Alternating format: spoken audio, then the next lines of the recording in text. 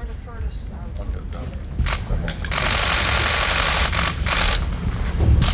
Please. I think we are standing. No, Another? Yeah. There you go. Excellent.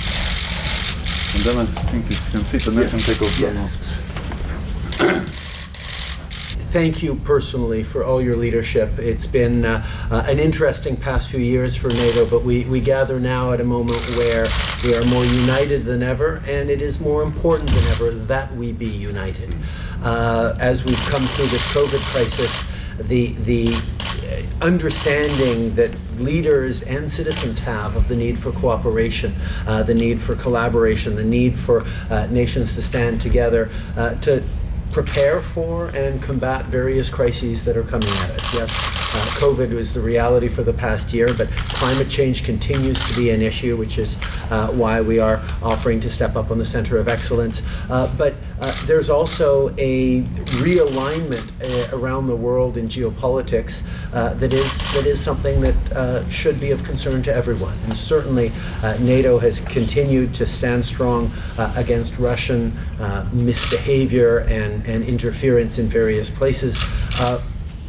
But I think, as you pointed out, Russia is worse now in terms of its engagement with NATO countries and more disruptive than it has been in decades. And that's where we need to come together. But as we come together, we're talking not just about Russia, we're talking about a rise of authoritarianism around the world that is increasingly competing and challenging NATO states, which we need to be aligned on. And I know this afternoon, and the reflections we're having on where NATO's going until to 2030 is going to reflect on the need to not just protect our values for our citizens and the rules-based order is established, but demonstrate to partners and friends and non-aligned countries around the world that there is an alternative to the rise of authoritarianism and the strong-arm tactics that